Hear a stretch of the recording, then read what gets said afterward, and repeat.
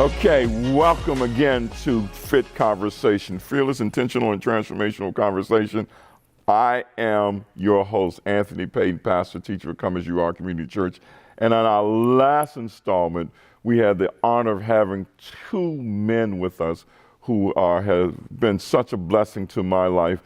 And as I said last week, I hope I've been the same to theirs. And we started down this path of talking about some of the challenges facing the African American church, the church in general, but African American church in particular, as it relates to leadership and this new generation of leaders, both in the pews and in the pulpit. Today, we would like to pick up on that conversation and kind of wrap it up in this second session.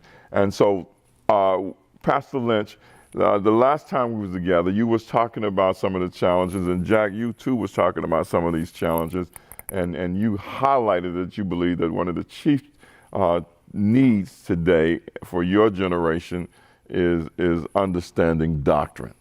As Dr. Robert Smith says, doctrine that dance, to have a firm hold on the faith, as Paul said, able to give a reason for the hope that lies within you.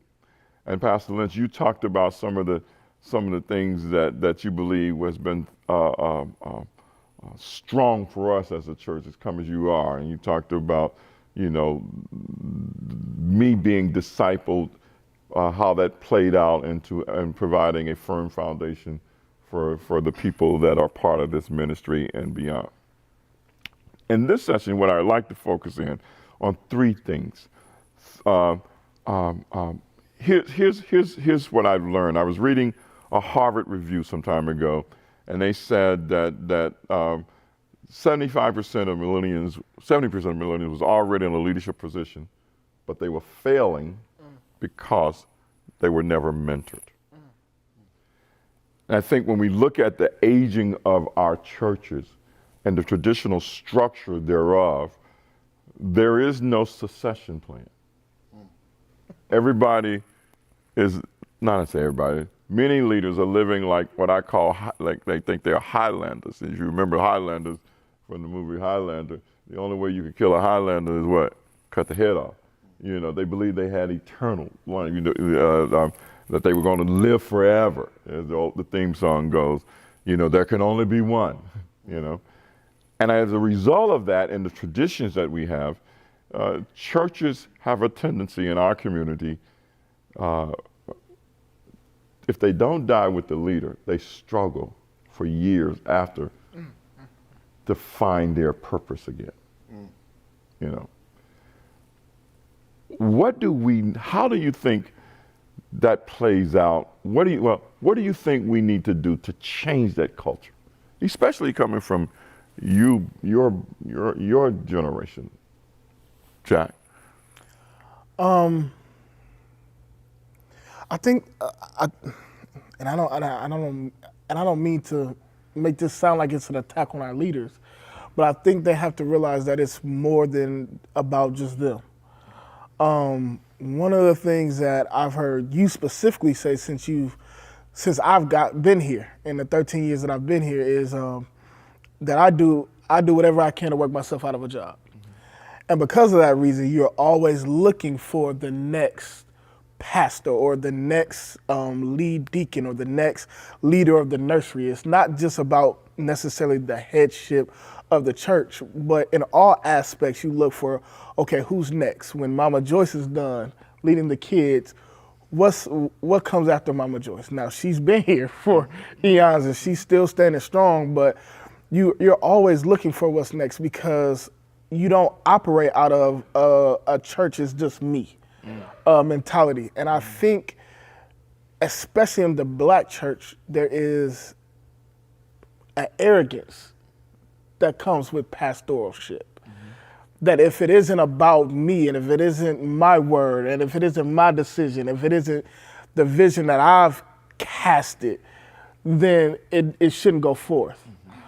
So I think we have to get out of this ego mindset of making it about us and getting it back to, okay, no matter if I'm the pastor or whatever ministerial leadership role I may be in, there is still a head above me.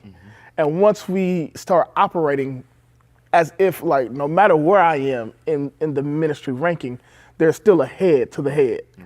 Okay. I think we have to start honoring God as the head again. I think if Jesus had a succession plan, we need to have one. Jesus had a succession plan.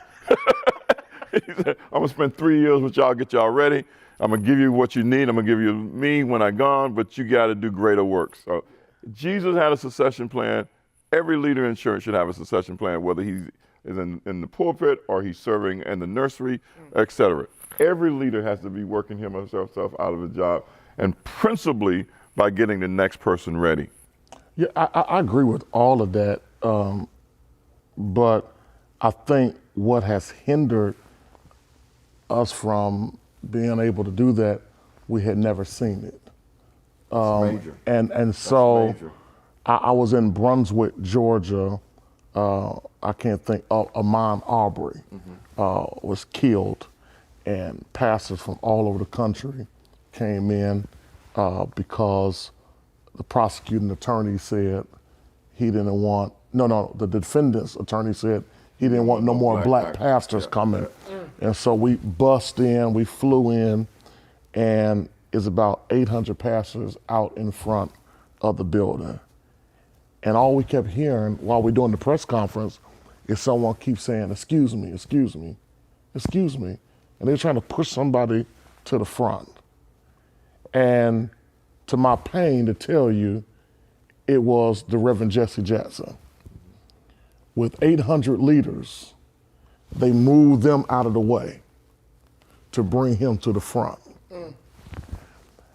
At this age, he should really be sitting and saying, go ahead. But they moved leaders aside, pushed them back to get him in the front. We never seen it. We haven't seen it in civil rights. We've never seen it, even in entertainment.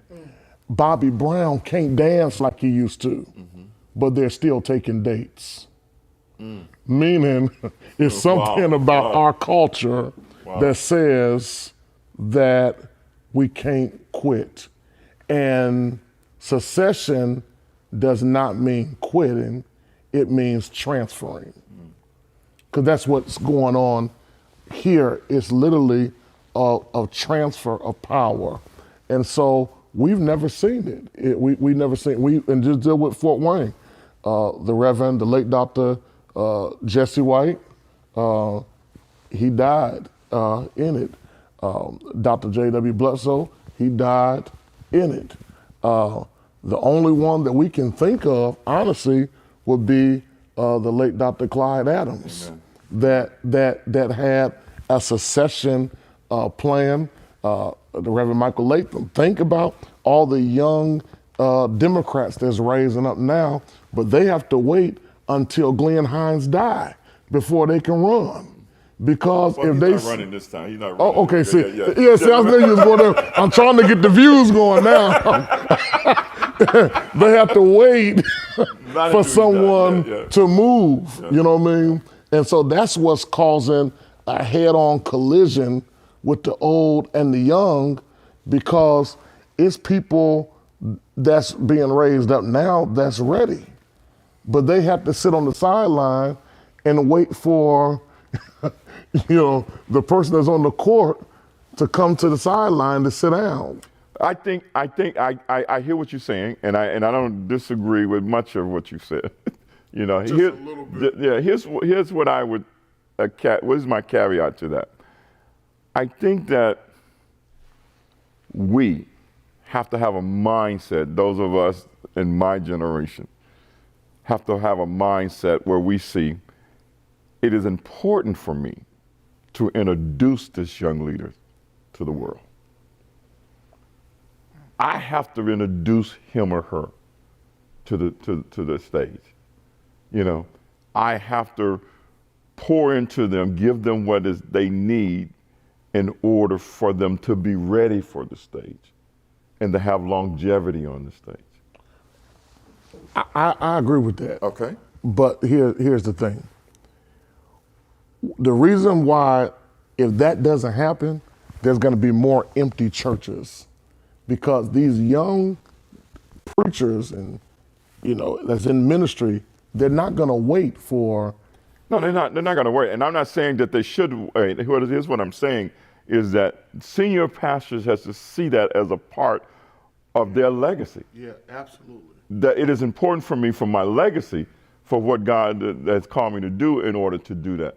Not when I want to 10 years beyond the point. You know what I'm saying? With nothing left. Yeah, with nothing left. I done ran everybody away because I can't remember what I'm preaching about. So this person is by mandate or default, because I didn't do my job, has to go and start something in order to do what God called him to do or she to do. And here's why I say that is important. I teach this everywhere I go, because I love the study of words. Do we know where the word mentor comes from? And it comes from Odysseus. It comes from the Odyssey. It comes from where Odysseus leaves his house to go fight in the Trojan War. And he's gone for years. And even after the war is over, it takes him years to get home. His son is a baby when he leaves.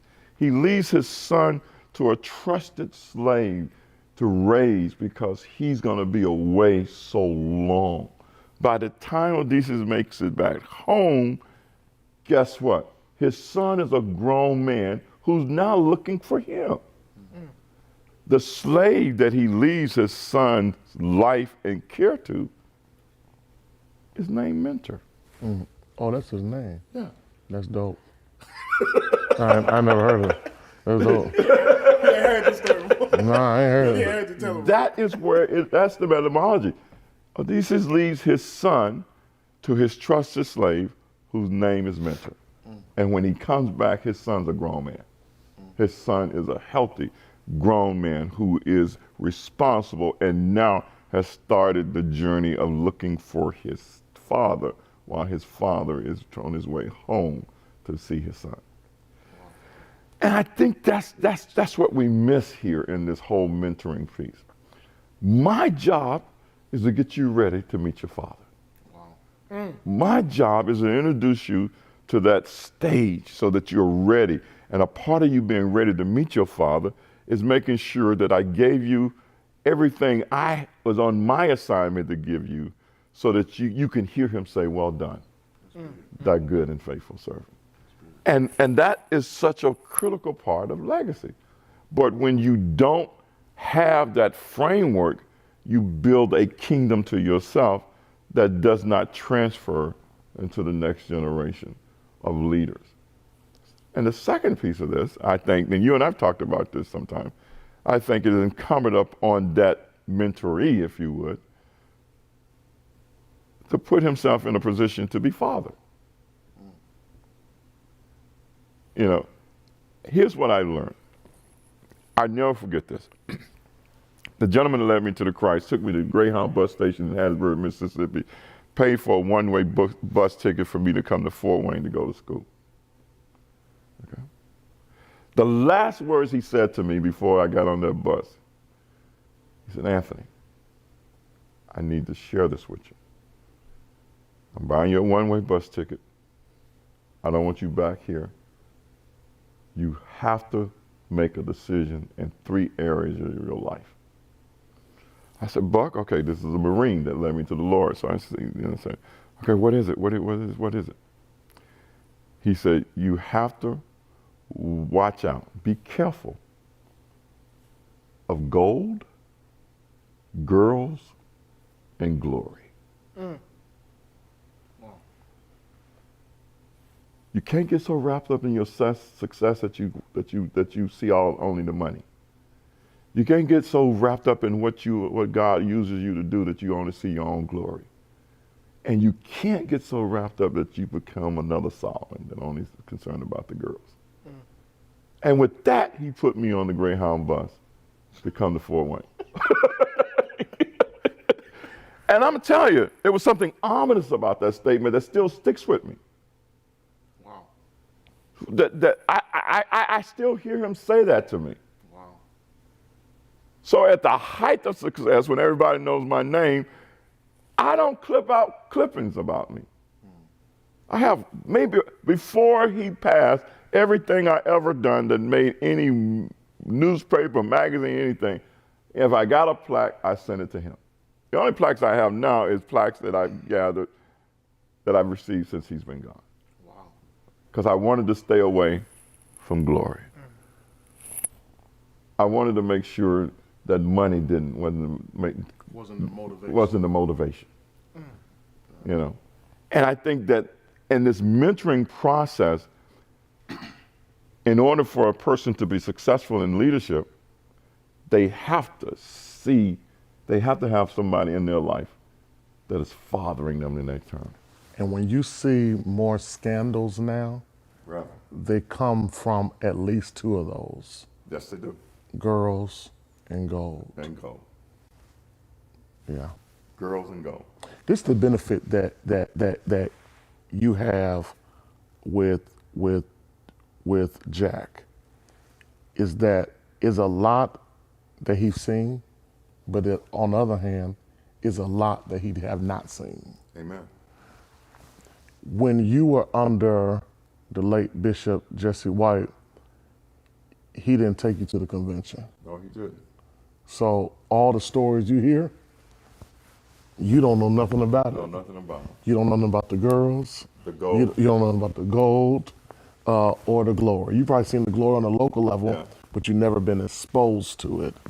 And so I'm sitting here thinking that if someone could have set me down at the very beginning of this, I started preaching, Jack, in Muncie, Indiana. I was living in Muncie, but Richmond, Indiana, under Corey Brooks. As soon as I got called to preach, he left and went to Chicago. So you never knew that, did you? Didn't know that. Yeah, Didn't know that. I mean, as soon as I did a trial sermon, and at least 3 to 4 weeks later, he was gone. So I never had the opportunity to be at a place and someone to call me mentor. I'm going back to that story tonight. So I ain't never known nothing about that. I ain't know nothing about no spiritual father, covered and all that. I'm like, who gonna be the pastor? You know, church vacant. We don't have a pastor. And so his first week gone, I'm a young 16, 17-year-old kid. They said, you're an associate minister, you preach this week. My dad, who was big to me, Corey Brooks, he left. So what you're getting in those lessons, and even though I've been here and connected, and I've heard, you know, you've been trying to keep me on the right track, but the world was calling me. It was calling me. So if I didn't want to be here, I can go down the street. And so that's where we got to get back to, because there was a time that you couldn't leave a church. Because if you left, they was going to call the church where you was going to and let them know, no, he's been set down, and they honor that. And that goes back to sound doctrine and teaching and character and integrity. And so I'm sitting here thinking like, wow, if I could have had a buck in my life that had said, hey, Lynch, before you make a move, it's 3 areas.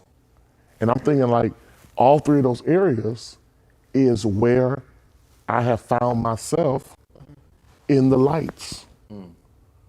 Because 1, girls. 2, gold. Tell you something, man. Am I okay? Yeah, you good. You good. The girls thing, we already know that's Lynch 10 and 10. That's my scripture, right?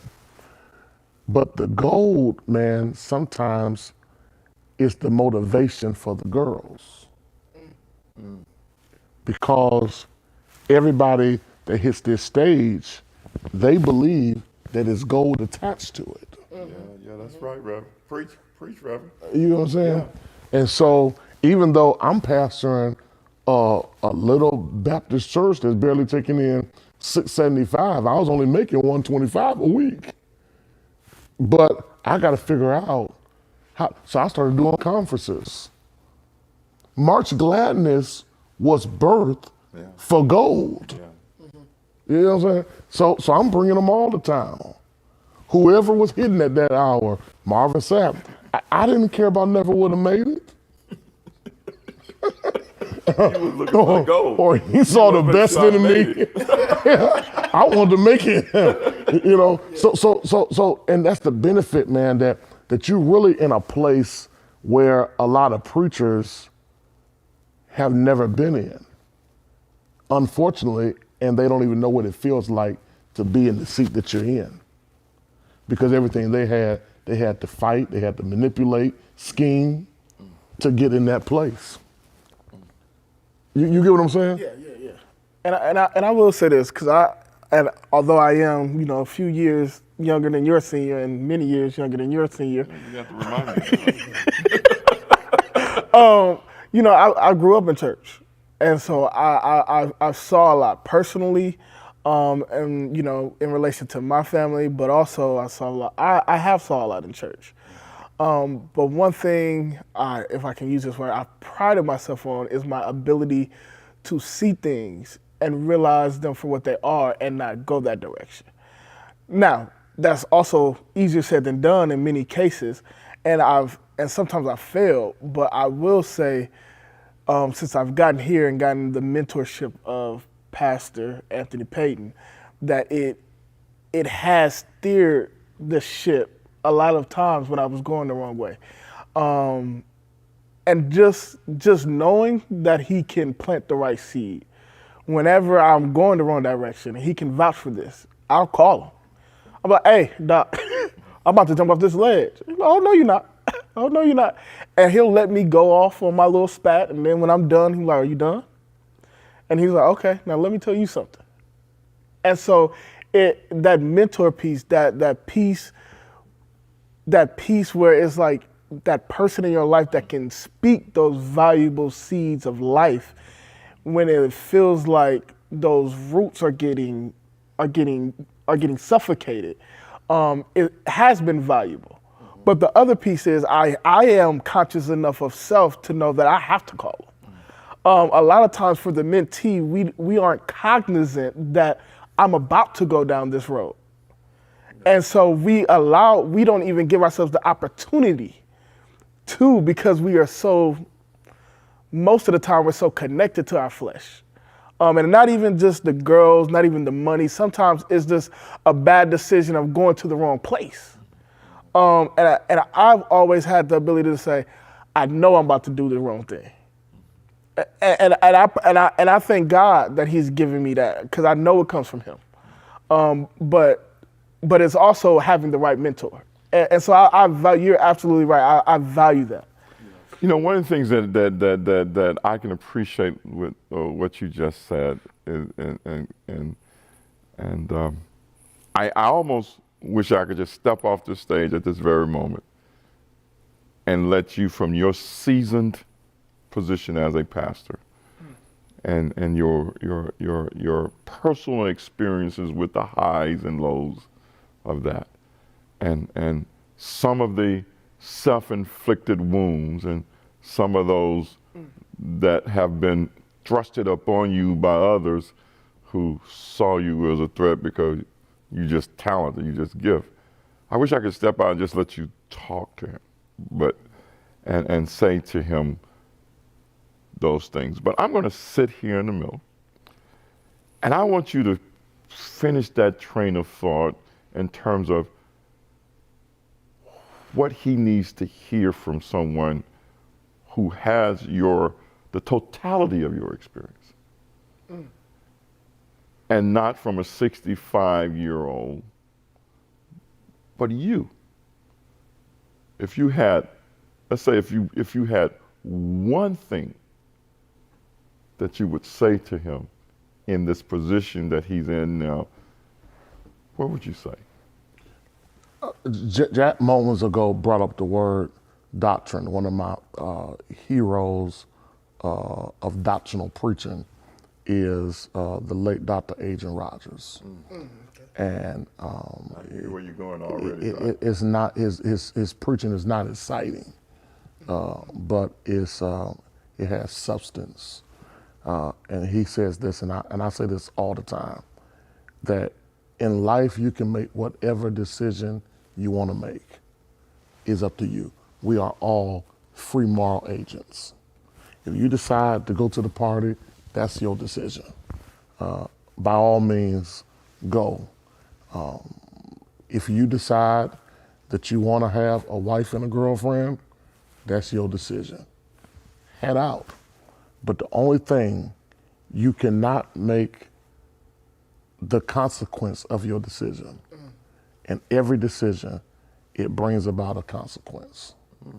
And reality is, I was just thinking on my way here, and I know we was gonna eventually have this conversation, and I told a young lady today, maybe where I'm at now in ministry is to just be a person of warning. And just say that you don't have to do it this way. I was here at the height of Cummins Yard. I'm talking about, y'all doing it now, but brother, in 2007, it was a problem on this corner, brother. And I remember, I'm talking about churches merging, and he doing his own business.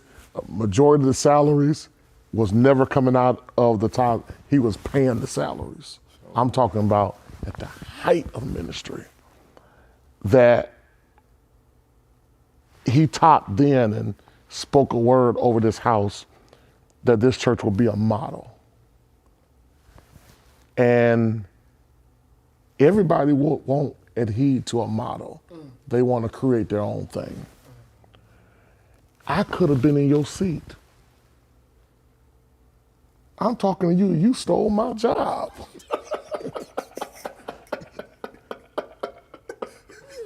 Kim think he was be next. No. So the opportunity, man, I've made so many mistakes, Doc, that if I can change it now, I would, but unfortunately, it's too late. All you can do, Mama's right. When you make a bed, you gotta lay in it. And guess what? But she didn't tell me this.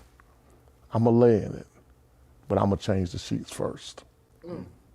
So things that I would do, I'm talking to a lady on the phone before I got here, and I said, hey, vet, there was a time I would tell you right now, I'll call you back because it was too fine when I was walking through the lobby. I'm no longer interested. Because I should have been married by now. You know what I mean?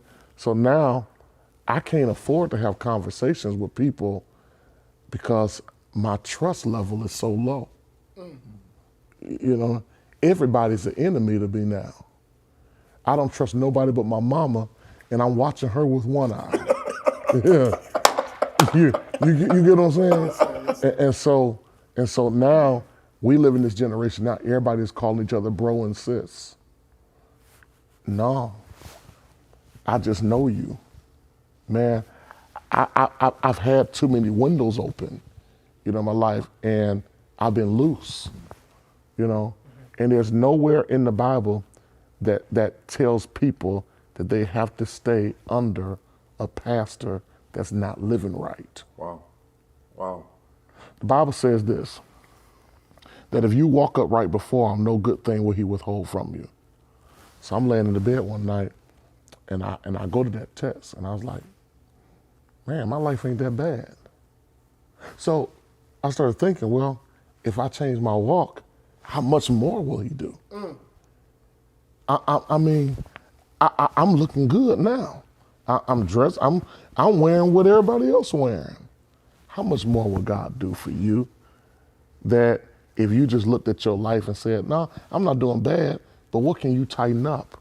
Because we live now, nobody is impressed no more with the young preacher taking over, because they always find a way to mess it up.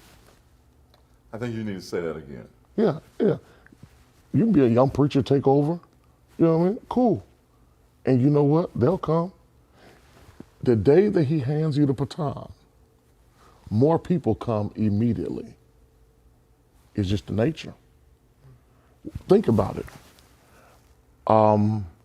Salem Baptist Church in Chicago, Senator James Meeks That's a real life. just within the last 2 weeks passed the baton to Charlie Dates. Yes. Charlie Dates pastors the Progressive Baptist Church less than 3 miles away. But when he hit that platform, the sanctuary is full for the last 2 to 3 weeks. Young preachers is always going to bring another group of people. But then there's also some that's sitting, well, so-and-so went to such and such church and they pat that out, look now. So you have to be a person now. You got the doctrine, you got the teaching. Lifestyle is what's gonna draw. I promise you. Nobody is moved by who's the greatest preacher no more. Trust me. And if we was on my page, I'll drop names. But since I'm with him, he don't play that. He editing that all out. But you get what I'm saying, though. Yes, sir. Nobody's moved, man. And I've been watching you like the past, year or so, man. Like, man, I know he loves this church. He has to. He's paid too much into it. He's given too much of his life, his whole family. He couldn't be at all the basketball games for Zach because he was doing this. My daughter don't want to come with me on the road preaching no more. I done everything. I offered her everything to be here this weekend, but $1,000. Everything. Get your own room. Order what you want. We go shopping. Nah, I don't want. Because I gave my life to this. You see what I'm saying? And so for a person that gave his life to something, to say that this is the one, you hear me?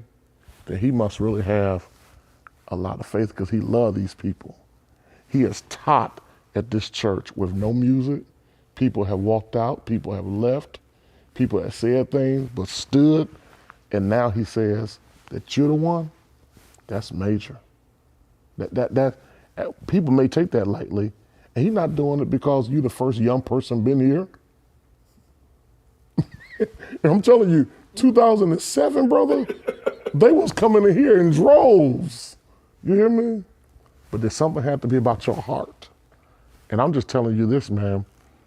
If you want to know what it looks like to fail, let me tell you something. I used to give Keon Henderson the ideas. We sit on the phone 1, 2 o'clock in the morning. He made decisions differently. I say he more gifted. He was more sound in his decisions, in spending money, not just dealing with women and power and prestige and popularity. No, he watched his credit. Yeah, he did. Yeah, he did. I remember the day. Yeah. I remember just hearing him talk about that, and I don't want that on my credit. I'm like, man, get the phone. You see what I'm saying? Man, and you not starting in a storefront, you've been given a mansion. And it don't happen like this often. And I'm telling you, man, if you humble yourself under the mighty hand of God, I'm telling you, he'll exalt you.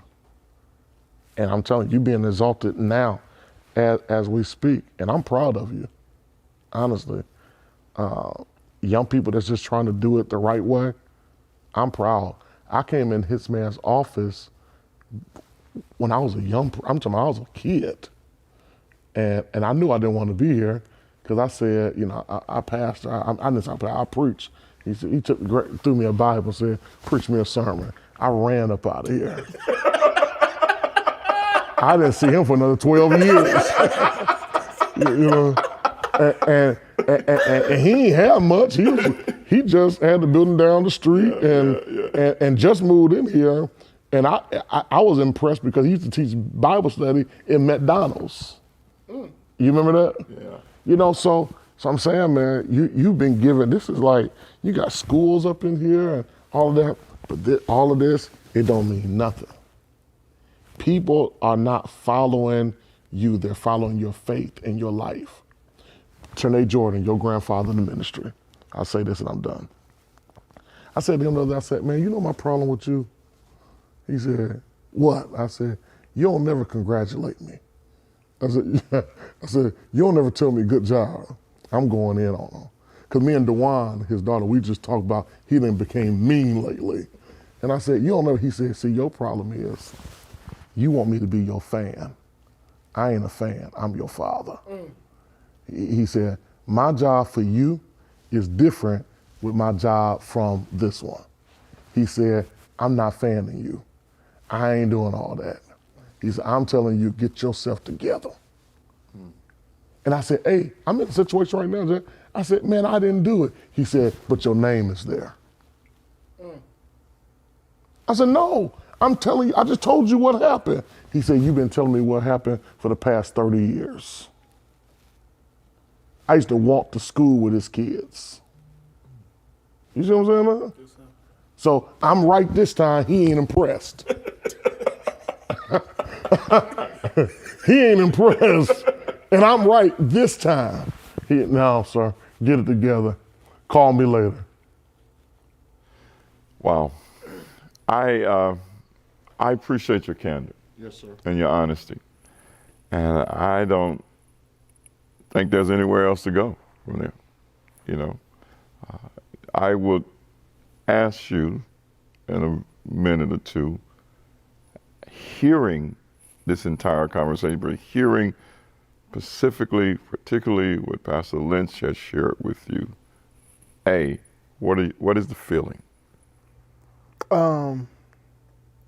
It's a feeling of validation, not from a success standpoint, but from the things that you've already planted. I'm almost positive you remember this. This was 2-3 sermons in, and Your sermon? yeah, 2 or Okay. 3 sermons in, and I get off the stage. I think you might have been sick the night before, so you called. No, this might have been 5 or 6 in, and you were sick the night before, and you called me late Saturday night. You called me about 6, 7 o'clock Saturday night. Said I've been in bed all day. I've been in bed since I woke up at 10 o'clock this morning. I've been in bed, and the first thing in my head, I was already scheduled to preach the next Sunday, but the first thing in my head was, well, why you ain't call me at 10 o'clock this morning? And so you was like, it might be on you tomorrow, so I need you to ramp your studying up. And so I came in the next day. You weren't supposed to be here, but you needed to say something to the congregation, so you came, but I preached. And after the sermon, you pulled me in the office. You said, I want to tell you one thing. I don't want to tell you nothing about the sermon. I don't care nothing about the sermon. You ain't gonna ever have a problem preaching. That's embedded in you from your mama and daddy, and you a studier of the word. You're not gonna ever have a problem coming up with a message. Your problem is going to be what happens in between the lines. You told me, Jack, it ain't about Sunday mornings. It's about what you do in between Sunday to Sunday. That's going to define your ministry. And if you aren't living your life holy, no matter what you do on that stage, it's going to come back to get you. And so when I hear him speak, when I hear him give me his story and tell me where he went wrong and how not to go that way, I hear him saying the same thing you did, was you got to live holy. And the Bible specifically tells us that pastors have to live above reproach. And so when I hear him talk, when I hear him give me his encouragement, his words of wisdom, I hear the word validation. You have to live your life holy. I thank both of you for being here, and I think that God is going to use these two programs in a tremendous way. I think they have longevity attached to them. And I think that you don't have to be in the pulpit in order to glean the truth that you all have discussed here today. Pastor Lynch, I appreciate your candor and your honesty, and I especially appreciate it in this context and you opening up and sharing with Jack. I love you both. I believe in you both. I want to see both of you function at the top of your game, for lack of a better term. Amen. And I believe that God has a tremendous future for both of you, in spite of whatever mistakes you've made along the way. You know, I listened to Michael Jordan talk about Dennis Rodman the other day, and I'm going to close with this. And Michael Jordan, in the interview, he was asked about Dennis and Dennis leaving the team and going to Vegas. And as a result of that, Phil, when they brought him back from Vegas and got him back, Phil says, this is going to be the practice. I want everybody to outrun him, outpace him around this track, to wear him out for spending all that time in Vegas. And so they started off running, and next thing you know, Dennis had outlapped all of them. And they had to work to catch up with him. They end up more wore out trying to implement what Phil's strategy was to punish Dennis. They the one end up punishing because Dennis was in shape. And this is what Michael Jordan said. He said, well, we didn't realize that Dennis was all right. He just needed to get away. And once he got away, he came back stronger than he was, I'm paraphrasing, than when he left. Yeah. And this is what I gleaned from that. We all have the propensity to do something or things that don't fit the divine narrative that God has for us. But God has a way of bringing us back. Yeah. And said, he got away. He got by, but he didn't get away. He's still my son. And I still have much for him to do. And I think that's at the heart of both of you all's life. And it's just privileged to sit where I've sat and watch you all do the things that you have done and to anticipate the things that you shall do. I pray that you have gleaned something from this as well. Very rarely in a public setting, on a stage like this, do men in general, black men particularly, if you would, open themselves up to their vulnerabilities, their highs, their lows, successes, failures, etc. And whether you're in ministry or not, I believe that the truth that these two men have shared here today is beneficial to you as well as it has been for me. Here's what I believe about it. I believe that this conversation today has been divined by God to make you fearless, intentional, and transformational. And it's been my privilege to be a part of that narrative to get you there. I'm Anthony Payton, pastor, teacher of Come As You Are Community Church. May God bless you till we get together again. Thank you.